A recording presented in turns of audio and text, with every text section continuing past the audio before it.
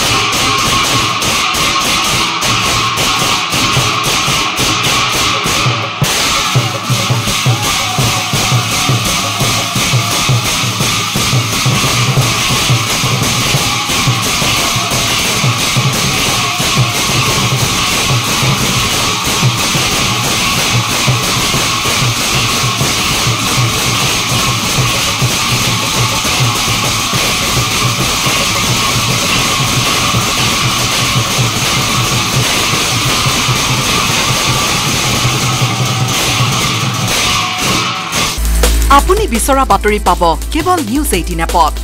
News 18 app download কৰিবলৈ scan কৰক এই QR কোড। গুগল প্লে ষ্টৰতো পাব এই নিউজ 18 এপ।